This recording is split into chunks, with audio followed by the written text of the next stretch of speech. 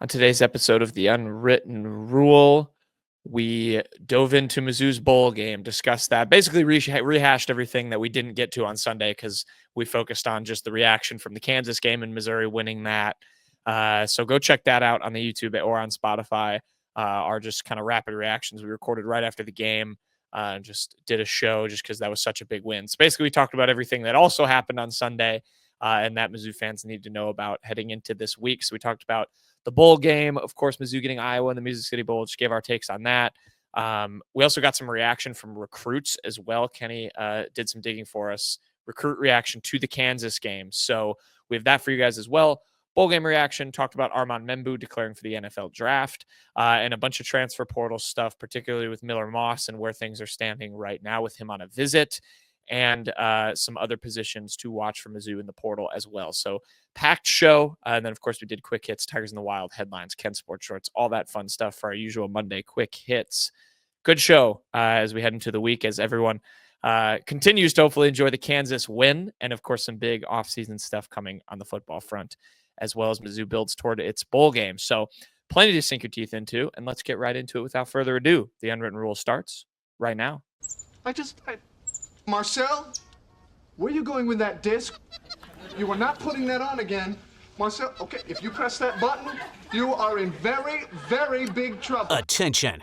Everybody stop what you're doing. It's time for The Unwritten Rule, a Mizzou sports podcast brought to you by the Believe Network, alongside Payton Haverman and Kenny Van Doren. Here is your host, Jack Knowlton.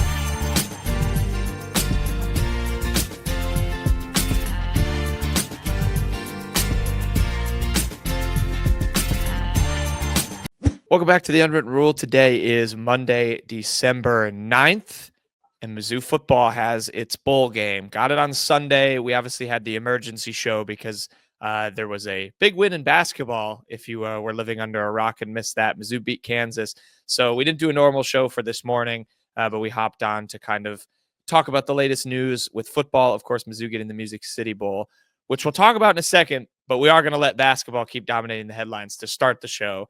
We wanted to give you two, Kenny and Payton, a chance to give kind of your lingering thoughts after Kansas. We hopped on right after, just gave a recap and rehashed it instantly. I know Payton has watched. I'm going to guess, Kenny, how many times do you think Payton has rewatched the highlights in the less than 24 hours since the game? I'm going to guess 13. I saw a text that he found a link last night on YouTube to watch it, so I'm going to say twice. Once last night, once this morning. Payton? Twice is closer. I've watched 4 replays. I've watched the ESPN ones twice. I've watched another 30-minute one. I watched that this morning, and there was a full game uploaded to YouTube. And I watched part of that last night. Okay, so like 4.5. Yes, no, more like 3.5. 3.5. Yeah. Okay, so Payton, there you go. What do you just final thoughts from KU after your 3.5 rewatches? Yeah, I mean, that's just Missouri as a program really needed that. I don't know. Gosh, it's definitely bigger than any other win Dennis Gates has gotten. It's probably the biggest win the program has gotten since joining the SEC. When you think about all the just disaster years Mizzou has had in basketball since joining the SEC under Kim Anderson. A couple of the Konzo years were no good. Last year was really, really terrible. I think that was a pretty huge win for just the program in general. The rivalry really needed that. It needed the win to be Missouri needed the win to be in Mizzou Arena. Like it means more than being in Allen Fieldhouse or being in the T-Mobile Center in Kansas City. Like Mizzou fans had to see that happen up close, have a court storm, like just a picturesque day. It really, I think, does a whole lot to just restore like confidence in the fan base for Dennis Gates. And so, yeah, I'd be hard pressed to find a win in the last 12 or so years for Mizzou that's any bigger than that. It was big too for recruiting and just building this program up, because in the area recruits, they see Arkansas, some of the success that was there under the Muss Bus and that era. Now you have a blue blood coach, a Hall of Fame coach there at Arkansas. Of course, there's Kansas, there's Kentucky, a lot of bluegrass teams around here, and getting Missouri in the fold and just letting these recruits know that there is an opportunity here to play early, contribute early, as you saw with some freshmen on the court, but also just win games. And I think that's a huge thing. And I'll read some quotes that I got from some of these area recruits. Aiden Chronister, who's a 6'8" shooting guard out of Bel Air, Kansas. He goes to Sunrise Christian Academy. He does have those Arkansas ties with his mother playing volleyball there, so he's a legacy. But he said it was a great game and really excited to have witnessed such a good matchup. Appreciate the invitation from Mizzou staff and always enjoy getting back to Columbia. He's been to Columbia a couple times now. Definitely, a high caliber guy that Mizzou is going after. And 2 John Burroughs guys in the St. Louis area. This is a school that's, a private school. It's, sometimes you run into that there are some good players there, and they've got 2 big men that Mizzou are after. And one of them is Sheik Pearson, who's a 6'10" power forward. He said it was a great win versus a great team. The environment looked great, and Mizzou looked like the better team throughout, especially from the jump. Definitely something you want to hear from recruits, that they're noticing that. And then Tristan Reed as well, who's a huge time, big time target for Missouri in the class of 2026. He's a 6'9" center, probably even growing taller than that. He said, happy that Tigers came up with the dub as the underdogs. If you know Tristan Reed's name, it's probably because you know his brother. His brother plays for UConn, transferred from Michigan, and Mizzou was kind of after him in the transfer portal last year. Terrace Reed. Yeah. Shout out. That was that. I thought that was going to be the Mark Mitchell get, was going to be Terrace Reed, and then they ended up with Mark Mitchell. But yeah, maybe they can double down on capitalizing on his brother's recruitment. So yeah, you're going to feel the effects of this, I think, for a long time. I don't think that should be overstated. And it was just a freaking awesome win. And I think, if I had my way, we'd probably open every show with just being like, hey, remember when they beat #1 Kansas? That might be what we have to do, when it's like if it's a 3-point loss to Georgia in SEC play, not to put that out into the world, but like when that happens, just be like, hey, they beat Kansas. Everything's fine. Everything's fine. So huge win for Mizzou. They move on to play Long Island, another marquee opponent on Saturday. So that's going from Kansas to Long Island. Sharks. Quite the jump. Yeah, go Sharks. So we'll obviously talk a little bit more about that on Friday's show before that game tips off. But the other big news, of course, from Sunday, which was overshadowed so rudely by Dennis Gates and company, football has its bowl game, the Music City Bowl, and it's a very full circle moment for those who remember the year of our Lord 2020, because Mizzou is playing Iowa in the Music City Bowl, a familiar bowl opponent that didn't ultimately come to fruition. It was canceled because of Mizzou getting COVID, but now they're gonna play a few years later. Ennis Rakestraw should wear his Music City Bowl shirt. I know we tweeted that out the other day. But yeah, Mizzou getting Iowa in the Music City Bowl over in Nashville. Payton, I will let you take the reins here first, as Kenny, if you're watching on the YouTube, which go subscribe. Kenny's got the Ennis Rakestraw at his presser wearing the infamous Mizzou Music City Bowl shirt that never came to be. But Payton, you're our bowl guy. As the bowls were kind of getting announced, how surprised were you with this one? And just what are your thoughts on Mizzou and drawing a Big Ten opponent? It's not Michigan. I was close on my prediction, by the way. I said Music City, Michigan. Got Music City, Iowa. Yeah, I wasn't really surprised at all. It really looked like it was going to be Music City or Vegas as the week went on. I mean, more and more of the bowl people kept putting this matchup in this bowl out, so it didn't really catch anyone off guard, I don't think. I think the best outcome would have been like Music City against Michigan. But unfortunately, Michigan is such a big brand. They decided to pair Michigan and Alabama up in ReliaQuest, which makes sense. That's just how bowls operate. I don't hate this matchup though. Like you said, it's a fun little callback almost to the first year of Drinkwitz, how this game never was played. I'm excited for it. It's a Big Ten team at the end of the day. One of the Big Ten's probably more well-known brands, more than anything else. You got Ohio State, Penn State, Michigan. Iowa's definitely in that like next tier, so I don't think it's a nothing bowl. Obviously, like each of these teams are losing arguably their best players. There's going to be no Luther Burden. Iowa won't have Caleb Johnson. But the rest of the teams are still intact. I think Missouri is going to still be pretty motivated to get this one, get to a 10th win. And I'm not expecting a lot of opt-outs. I'm looking forward to this one. I think it's a game Missouri can definitely get. Just some fun facts about this one. First, I did predict it. I said that this would be my prediction for the bowl a couple weeks ago, and I thought it would just be so much fun to relive it and There you go, Kenny. actually bring this one back to life. Here's some fun things just about it. This game will be at 1:30 Central Standard Time in Nashville. That is the earliest Mizzou has played a bowl game since 2015, when the Tigers played Minnesota in the Citrus Bowl, which was 1 p.m. Eastern. So I'm just going to go off local time that is the earliest it's been. If you move it to Central Standard Time, it will be the second one.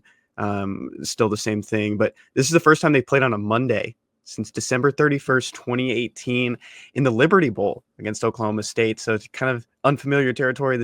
I feel like every time I think about some Mizzou bowl games, it's at night near the weekend. It's going to be the start of the week at 1:30. So some of you might be at work, maybe get some days off before New Year's, but I feel like a lot of people will be watching this one from a desk.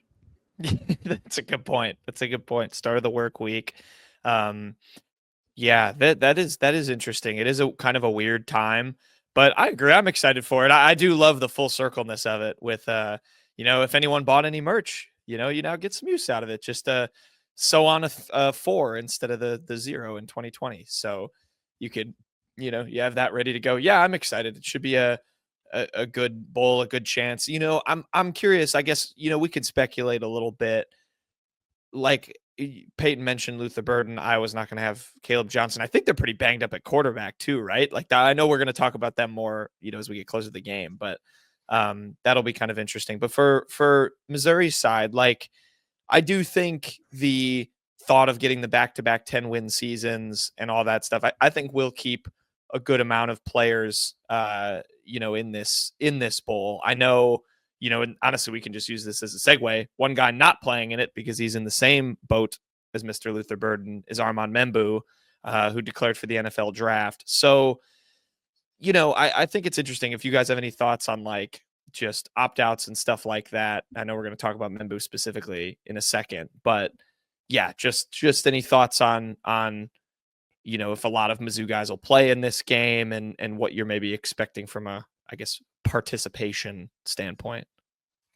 Yeah, again, I mean, I don't think there's anyone else really that is a risk to opt out. To the point about Iowa quarterbacks, I think our lads currently has just one quarterback listed on their roster because Cade McNamara transferred. I think Brendan Sullivan, their backup, is hurt. It's Jackson Stratton, who I believe started the year as a linebacker. I'd have to double check with our good friend Peter Camp, who would know this, but house divided. Yeah, I think he was a fourth. I think he was their fourth or fifth string, and I don't think he's a quarterback by trade. I think he was their quarterback against Nebraska as well. They won that game, but they put up like 13 points and had 5 first downs in that game. So I can help with this. Okay. I talked to a beat reporter actually at Iowa. He was messaging me about it, just asking about the opt-outs for Mizzou. And he mentioned that the staff is going to lean on Brendan Sullivan to start this game, but they're also going to open it up to competition in the weeks leading up to it with Stratton. And even looking at Stratton's numbers, he was a 3-star recruit. He was a quarterback, pro-style guy. He completed a couple passes at Colorado State in 2022 before transferring to Iowa for the 2024 season.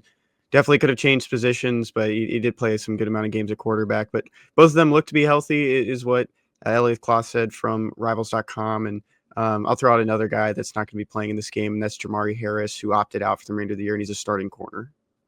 Okay. So no corner. Jackson Stratton, 8 for 15 with 115 yards and 1 touchdown, no picks against Nebraska. It's not bad. He is a preferred walk-on as well. Wow. Okay, so he's not a scholarship guy. That is kind of crazy to me. That's, in 2024, all you hear about is these era of NIL and players getting paid for a, pretty marquee Big Ten team to have been riddled all the way down to a preferred walk-on at quarterback. The fact that stuff like that still happens, and he won him a game against, an okay Nebraska team. I think that's fun. That is a good story that can still, I guess, exist in college football. I don't know, but should be interesting with what we get from Iowa. Wow, he was not very accurate at Colorado State. 4 for 17. Goodness. Payton's just looking at numbers. It's fascinating. I mean, the QBs at Iowa, like since the Nate Stanley days a few years ago, are really something to behold. Yeah, it's a wild time for sure. Okay, yeah, so I alluded to it when we were talking about just the opt-outs and speculating, and obviously we'll see, what kind of works out for Missouri and for Iowa the rest of the way, and I guess maybe starting a linebacker at quarterback. Maybe Missouri should do the same thing. Think you could throw Nick Rodriguez out there and like see what he's made of? Put him in at QB? At quarterback? I think that could be a fun experiment. Who do you think would be the best linebacker at quarterback? Currently on the team, or Yeah, in the Mizzou. next draft class as well, or a recruiting class? Oh, you can factor in the recruiting class. Okay, Dante McClellan. 'cause he Dante played McClellan, quarterback. Oh, well, all right. I forgot about that. That's a bad hypothetical. Fine, whatever.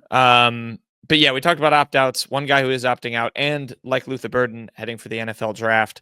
Armand Membou, of course, starting offensive lineman for Missouri, had a really good year, really great career. Bummer to see, or bummer that he won't have any more games in a Mizzou uniform. But I'm pretty excited for him for his NFL draft prospects, Payton. I don't know, and Kenny, I don't know what y'all have seen from him on that front, but obviously sucks to see him leave. But I think he could have a solid pro career, but won't play, of course, in the bowl game. Yeah, it's a bummer. Not even just for the bowl game, really, but for next season. I think Armand Membou was really a key guy they probably really wanted to have back. The line looks a lot more shaky without Armand Membou. And again, I'm not blaming Armand Membou at all. Clearly, he likes his chances in the draft. You got to take those when you get them. Armand Membou was very, very good pretty much every step of the way that he played. Probably took him too long to start his freshman year because the second he stepped in, the entire dynamic of the line changed. And he put up with a lot of stupid crap, quite frankly. They tried to change his position like 4 times, but they ultimately always wound up settling him in at that right tackle spot, and he was a monster for Missouri. So really glad, really happy for him. He'd be a really big success story for Mizzou's development and recruiting if he can go high. Again, stinks he won't be back next year. I think Missouri's a lot better with him, but you can't blame him at all for liking his chances in the draft. It felt so fast. It felt like everyone was so excited about the potential of Armand Membou and what he brought from the Kansas City area. Just a huge get. And, just moving forward, it's just like, now you got to look at where this offensive line, moves from here, losing both right tackles, losing a guard. It's a good spot, to where Mizzou was these past couple of years, kind of showing these recruits, showing these transfers. Brandon Jones has done a great job. This offensive line room has turned it around since Marcus Johnson left for Purdue, and it's just in a great spot. And I'll never forget, Armand Membou, lining up as a tight end against South Carolina in his freshman year, sometimes reporting as an eligible receiver because he just was that extra blocker. And then they kind of realized this guy needs to play, needs to play now. He was really fine-tuned and ready to play as a freshman. And it just felt really quick to me.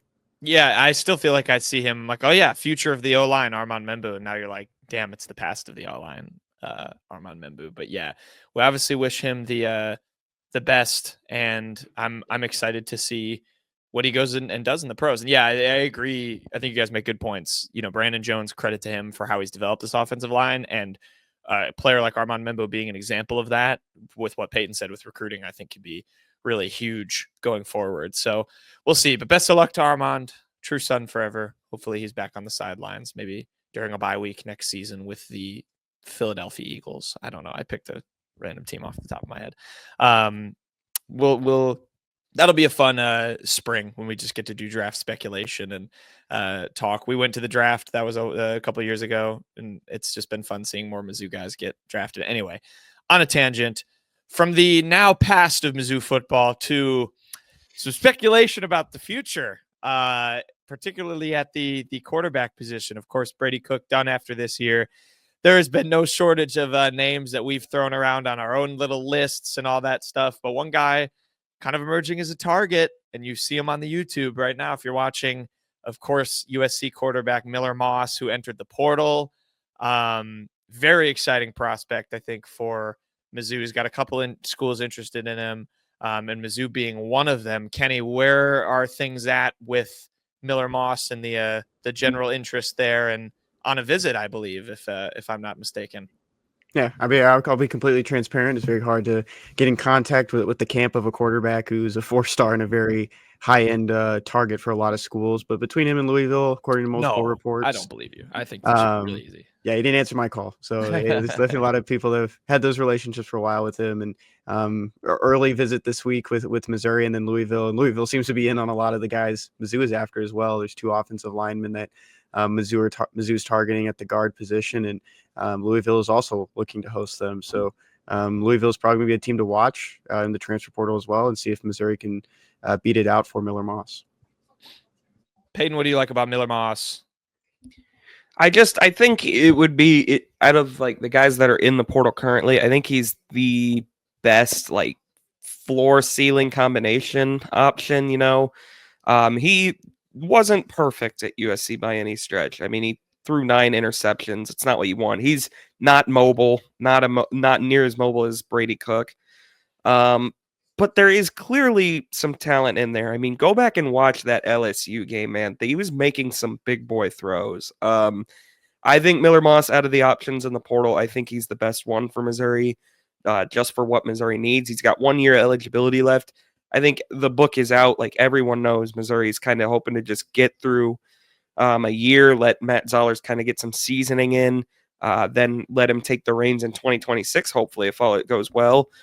You'd like maybe for a guy to have 2 years of eligibility left just in case, but I think for Missouri next year, you're losing so many guys. You kind of are having a few more. You're going to have a few more holes to plug. I think getting a guy with kind of a higher floor is really helpful for them at the most important position on the field. So I'm a big fan of Miller Moss. I'd hope Missouri can kind of just wrap this one up quickly. Yeah, this would be a great ad, of course. 2,500 yards, 18 touchdowns. Payton said the 9 interceptions, completed 64% of his passes. He comes from the Lincoln Riley camp. Of course, we know what he does with quarterbacks, and how much that's affected Miller Moss, I guess, remains to be seen. But yeah, the big news there, I like Kenny said, on a visit to Missouri, I guess right now at the time you're listening to this, if you're listening on Monday. And of course, Louisville's going to be heavily involved here as well. But yeah, this would be a great bridge, QB for sure, and a guy who could help, kind of sustain Mizzou's momentum after we're hoping is going to be 2 back-to-back 10-win seasons. And yeah, I like him too, Payton. That LSU game was I think a good indicator of what he can maybe be for Mizzou. So yeah, we'll monitor this space. You can go over to Mizzou today too. Kenny's got all the transfer portal happenings locked in there. So check him out. But I wanted to ask, like, Kenny, what else, like, maybe is Mizzou looking at in the portal? Like, what do they have lined up, if anything, right now? Yeah, I think one of the biggest things is that offensive line position. Guys like Mohamed Mosa, who's from Purdue, and he's one of the first guys linked to Missouri, possibly going on a visit there, looking for one this upcoming week. And his agency at 3 Strand Sports and Entertainment confirmed it to us that he was going to do that as well as Louisville. So there's another connection there that Louisville is going after a guy. But of course, Jeff Brom and his staff recruited Mosa when he was in the class of 2021, looking at Purdue. And so opportunity there to get back with his coach and his old head coach and maybe some other staffers. Didn't really have the best, grades, 47.9 offensive grade. He had a team high 27 pressures and 9 penalties. So I think if he's a guy that came to Mizzou, it was something like a competition aspect or maybe even depth. if he has an opportunity to start elsewhere. And it doesn't really seem like he's trending to actually make that visit to Mizzou. I reached back out to the agency, but I haven't gotten confirmation on that. The other guy that I've noticed a lot of Mizzou staffers have been following is Josh Thompson, who's a Northwestern offensive lineman. He's a guard as well. A lot better grades, 74.9 offensive grade and 646 snaps. Pass blocking grade of 82. Run blocking grade is 75.5. Both are great numbers at the guard position. So definitely a guy that if Mizzou can line him up and not let him go back to the state of Michigan, maybe some schools that are closer to home, and replace Cameron Johnson, I think the Tigers are in a good shape there. Another offensive lineman this morning that I messaged with is Nair Jackson, who's 6'7", 319 pounds, and he plays the guard position. That's a big guard. He told me this morning that he's still waiting on Mizzou to get back to him on a visit. He has been talking with the staff, just hasn't gotten confirmation on when he can come up and when he can check out the Tigers. But he has locked in a visit with Louisville. He did not give me the date yet, but he does have a visit there. So just another overlap there with Louisville. Probably the most overlap you'll see with it. His grades, I mean, pretty average around there. 63.1 pass blocking grade was the one that just kind of not jumped off the page, but caught my eye first. Everything else was, pretty middle of the road. He did play at FIU as a redshirt junior this past season. So another guy that could probably bridge the gap to someone else within the program. But those are some offensive line targets. And then last one, just looking at the safety position, because we know the Tigers will definitely want to look at a safety, is Devin Turner from Northwestern, 77.6 offensive or defensive grade, which was the second best defensive grade on the Wildcats. And his coverage grade this past season was 79.5, which was better than all the Missouri safeties this year, except for star Dalen Carnell. And I would kind of just lump Carnell into his own spot after looking at some of the issues with the safety position. Of course, Tigers are going to lose Joseph Charleston, Travis Johnson, Sidney Williams to eligibility this season. So it was always going to be a thing that the Missouri Tigers were going to go after a safety. Of course, missed on some guys in the class of 2025 near the end, but they needed experienced players. And Devin's father confirmed it to Mizzou today that he'll be visiting early this week. Promising. Well done, Kenny. Yeah, those are two. Can Louisville go away? My God. Leave us alone. It really is the battle between the Cardinals and Tigers. Yeah, those are good. I mean, safety and offensive line, it's good to hear like they're already going pretty hard after those positions because like Kenny detailed, I think that's areas you're going to need to add a lot, whether it's eligibility. You've got Membou gone now and everyone else. So yeah, some names to watch. We'll keep them on our radar as this kind of silly season, transfer portal season keeps continuing onward. But yeah, Miller Moss kind of the headliner too there at quarterback. We'll have to see what happens after his visit and if the Tigers can snag the USC passer. Yeah, plenty of offseason coverage to come. But yeah, there's just a roundup for your Monday. Everything that got thrown to the top shelf after Missouri beat Kansas. We had to kind of make that a little bit of a priority. But wanted to recap everything. Got the bowl game, some good transfer portal happenings as well. It's a good roundup, fellas. I think we should close out this show with quick hits.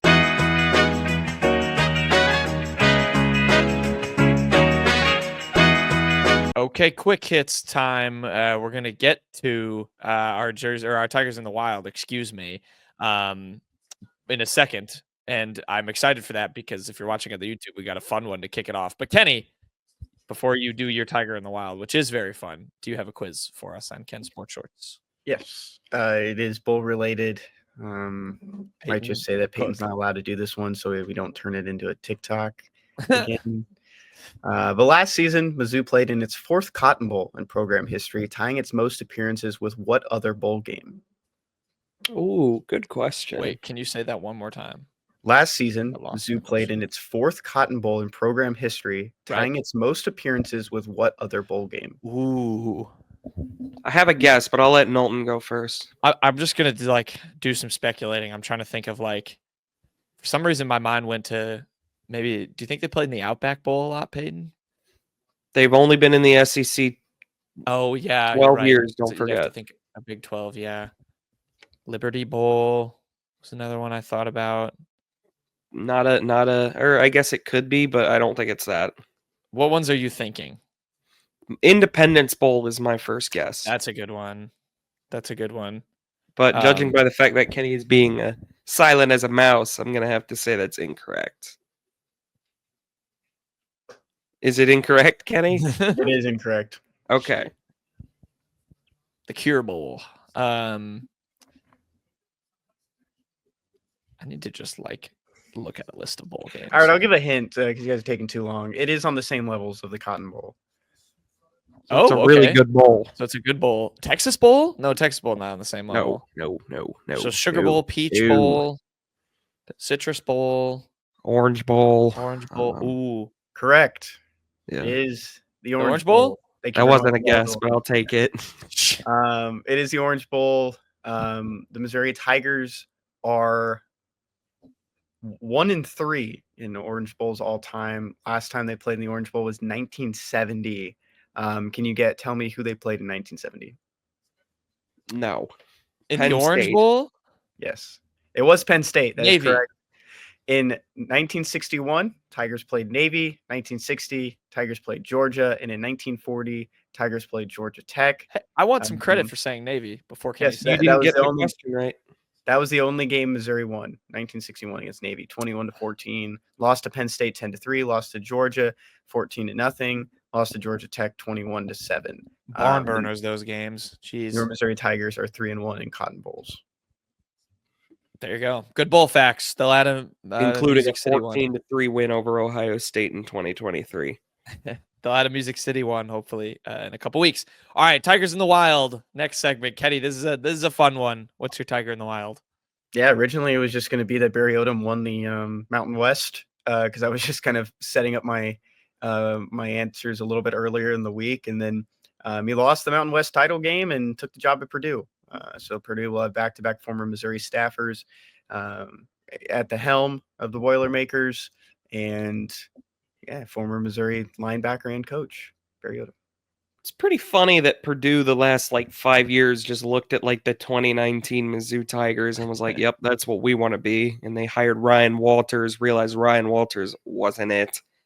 And and decided to pivot to Barry Odom. Barry Odom's going to need a DC though. So I suggest that he gets someone that's familiar with his defense, familiar with his coaching style, and he's comfortable with.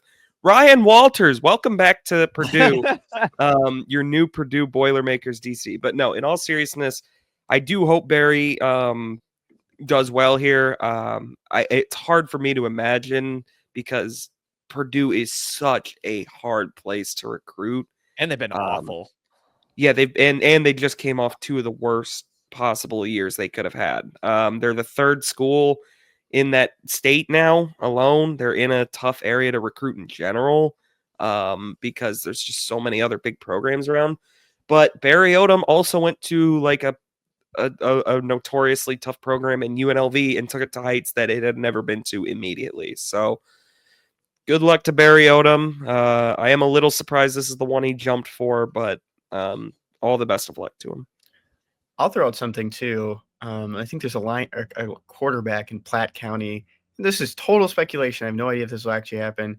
I think a Purdue offer will hit the table pretty soon for Rocco Marriott, who's a class of 2026 quarterback, because he was very close with Barry Odom.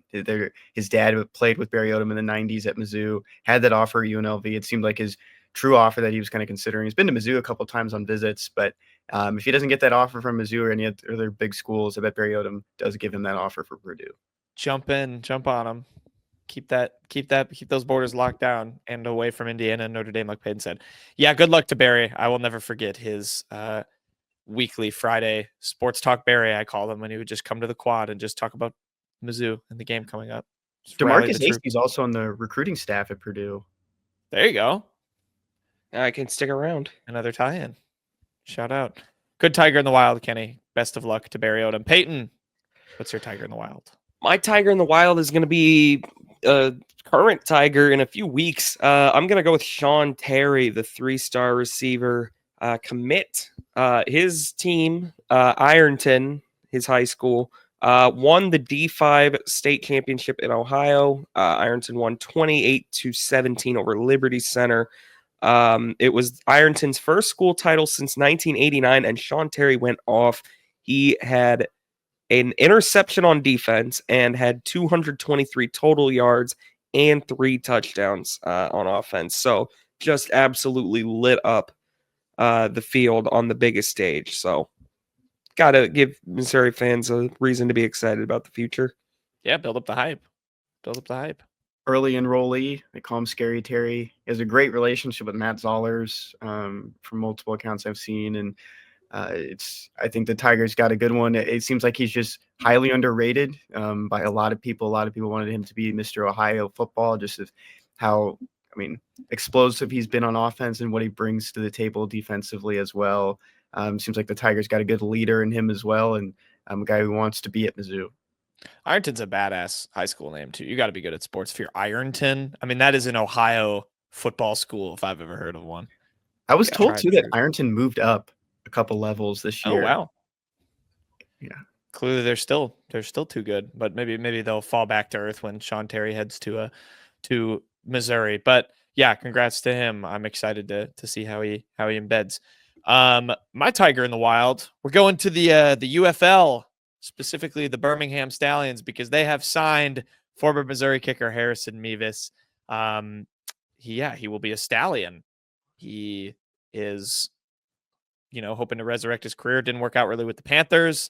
We'll see how he does in the UFL with the Stallions. I've heard the Birmingham Stallions, I know the Battlehawks, St. Louis have a big fan base, and I think the Stallions, they get a lot of people to their games. So Harrison Mevis should be trying to win over the love of the fans over in Alabama. But yeah, best of luck to him. I'm excited to see how it plays out. It'll give me an excuse to watch some UFL. Trying to figure out what game that photo is from. I can't figure it out. Boston College? No, it wasn't cold there. Oh yeah, you're right. And they wouldn't have worn black jerseys. So Kentucky. I'm thinking Kentucky maybe. Did they wear black for Kansas State? No, that looks like an old photo of him. That's an older photo than Kansas State. We'll figure that out. Yeah, I don't know. Where was his kickoff average when he was at Missouri? 74 yards. I mean, yeah. I don't even know where that's from. That's still not quite. Or no, because they kick off from the 35. So yeah, maybe he's been working on it. He's been building. There's the iconic gif of him too during the Georgia game in 2023 or 2022, excuse me. Yep. Love it for Mevis. Best of luck to him in Birmingham. Let's do headlines, finish things out. Kenny, what is your headline of the week? Yeah, quick headline here. Kansas quarterback Jalen Daniels to return to the Jayhawks in 2025, according to sources that told ESPN's Pete Thamel. He got a new NIL deal to stay with the Jayhawks for his final year of eligibility. Only reason I'm bringing this up is that Missouri and Kansas will revive its rivalry next season. And so Jalen Daniels will be the quarterback for the Jayhawks against the Missouri Tigers. Missouri does not have to have a great season next season, but they need to win that game. That is absolutely a must not lose game. Hopefully Miller Moss outduels Jalen Daniels at Faroe. The thing that really struck me about this was the Pete Thamel tweet where the first sentence was Jalen Daniels has agreed to a new deal to stay at Kansas. And I'm like, that just read like an NBA or an NFL tweet. And I just was kind of taken aback by that. I know that's the reality of college football now, which is great, but it was just really funny, taking a new deal. They got the NIL money, right, to keep him around. Just kind of wild. Yeah. But we'll see how he does. Yeah. Jalen Daniels, Miller Moss, the Mizzou Kansas rivalry really growing. We're beating Mizzou in both sports. There you go. They already think. Already over. I guess that's next year though. They don't. Yeah, they won't know. Payton, what is your headline of the week this week? My headline of the week is just not really a headline. I'll make the headline. It's Missouri is ranked number 29 in the AP poll. Yes, they are the fourth team out. Not quite there yet. They are right behind Memphis. They're behind Memphis by 4 points. They're in front of Arkansas, so that's cool. But yes, Missouri, I thought it was kind of going to be steep for them to get all the way into the poll off the back of beating just Kansas.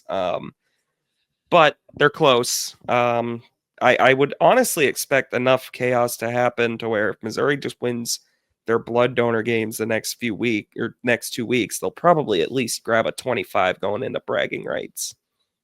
That would be fun. That being a ranked game is kind of what I'm hoping for.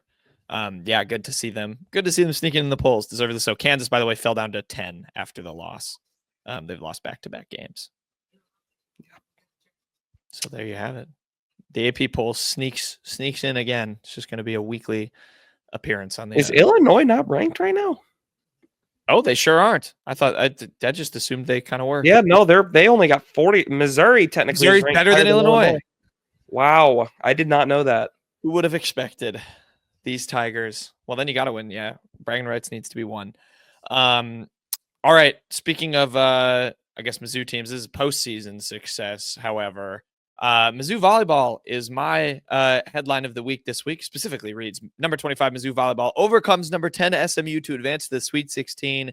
That's right. The dream season for Mizzou volleyball continues. They were the 7th seed in their region and beat the number 2 seed SMU Mustangs, who are ranked number 10th in the country, in 4 sets to advance in the NCAA championships. It's been a really good season for Mizzou. And yeah, just props to them for, winning another game in the tournament. And we'll see how far they can keep going. 22-8 now they're up to, including the regular season. They will face Kentucky in the Sweet 16. Kentucky, I think, technically ranked below SMU. I think SMU is 10th, and I think Kentucky's 11th. So an SEC battle. Yeah, they play them 12 noon. Lots of 12s in there. There's 5 SEC teams in the Sweet 16, which is this damn conference is annoying. That's loaded in every sport. All I can say. They lost to Kentucky, by the way, on November 27th on Fansgiving. Oh, the day before Thanksgiving, brutal. 3-1 earlier this season. So they will be trying to avenge. They also lost 3-0 in October on the road in Lexington. So they say you can't. It's hard to beat the same team 3 times. That's what they say. They do say that, yes. So I think the Tigers pull it off. And you can tune into that ESPN2, by the way, on Thursday at noon.